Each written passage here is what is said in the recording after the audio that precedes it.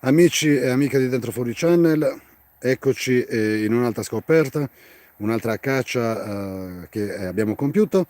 Siamo in territorio di Arzana, come vediamo siamo dinanzi ai resti del nuraghe Perduloi, che cercheremo di vedere se il segnale c'è.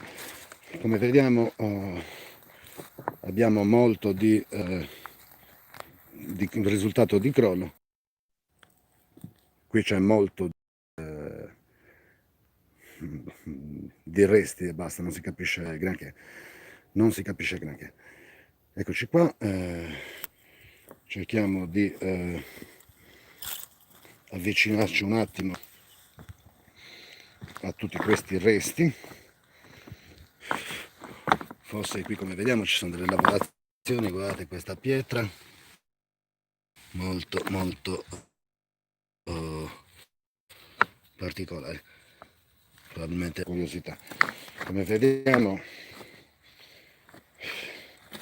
purtroppo è molto molto poco comprensibile la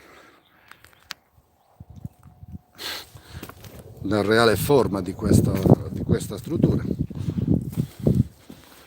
Abbiamo capito, come al solito, che anche qui l'uomo, essendo in un posto un po' di piana, ha sfruttato il costone, uno sperone roccioso, però come vediamo non c'è granché che si possa capire da queste immagini. Peraltro abbiamo una recinzione che spacca a metà il nuraghe. Purtroppo, come sappiamo, la Sardegna detiene il record in relazione al suo territorio come presenza archeologica, record assoluto.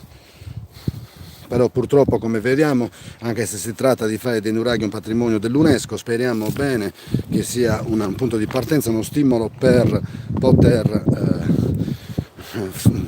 finalmente in qualche modo dare voce a questi nuraghi. Come vediamo qua non si capisce, mi sembrerebbe più un insediamento di datazione precedente a quello dei nuraghi a falsa cupola, forse di un proto nuraghe.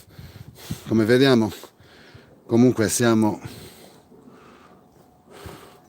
eccoci qua, cerchiamo di vedere, sì, sicuramente qualche nuraghe a corridoio, un po' nelle dimensioni, ricorda un po' il nuraghe di Monte Azei, però è tutto molto confuso, tutto molto confuso. Cerchiamo di scendere anche qui, nuraghe Perduloi, ok. Non si sa niente di questo nuraghe se non il censimento archeologico, ma di più chiaramente, come sappiamo, non è stato fatto. Questa zona è molto ricca di protonuraghi. Come vediamo qui, come dicevamo, abbiamo una presenza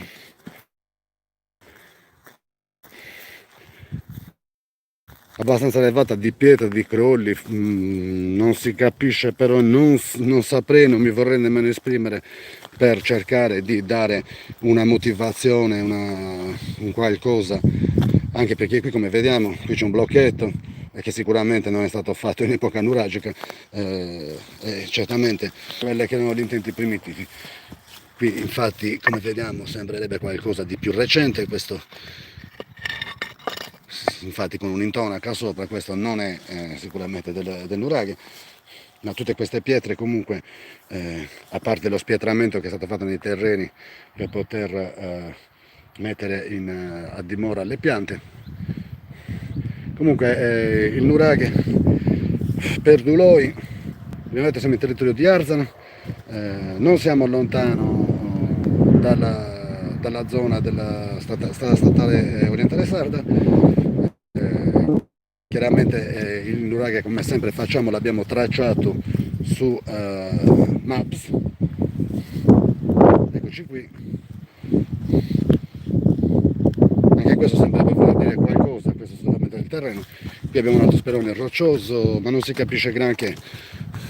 Probabilmente poi faremo a sapere che forse sono questi cumuli di pietre che non sappiamo se sono fatti appositamente per mettere a dimora le piante o se abbiano qualche altra nota funzione, tipo quella di sepoltura. Come abbiamo visto in altre strutture, molto spesso c'è questa sorta di sepoltura con questi cumuli di pietre, a volte squadrati, a volte solo dei cumuli un po' allungati, che danno delle forme un po' ovali. Eccoci qui. Il protonuraghe, direi a questo punto lo chiamerei protonuraghe perduloi. Poi chi sa di più di noi è ben invitato a correggerci. Noi dalla nostra esperienza dei nuraghi che abbiamo visto e che condividiamo con voi potremmo dire che di questo trattasi. Eccoci qua, siamo, ricordatevi, in territorio di Arzano. Eccoci qui.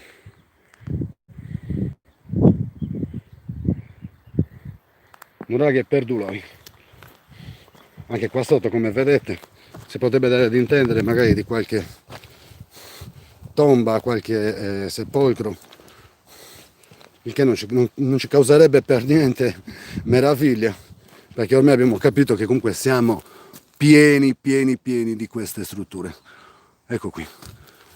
Poi sappiamo che gli alberi mettono le radici dove trovano spazio e aria, probabilmente abbiamo un buco sotto dove le radici dell'albero ha trovato, le radici dell'albero hanno trovato sicuramente una buona ossigenazione. Questo è un dato di fatto e non lo diciamo noi. Eccoci qua, forse sì, anche questo è un sepolcro.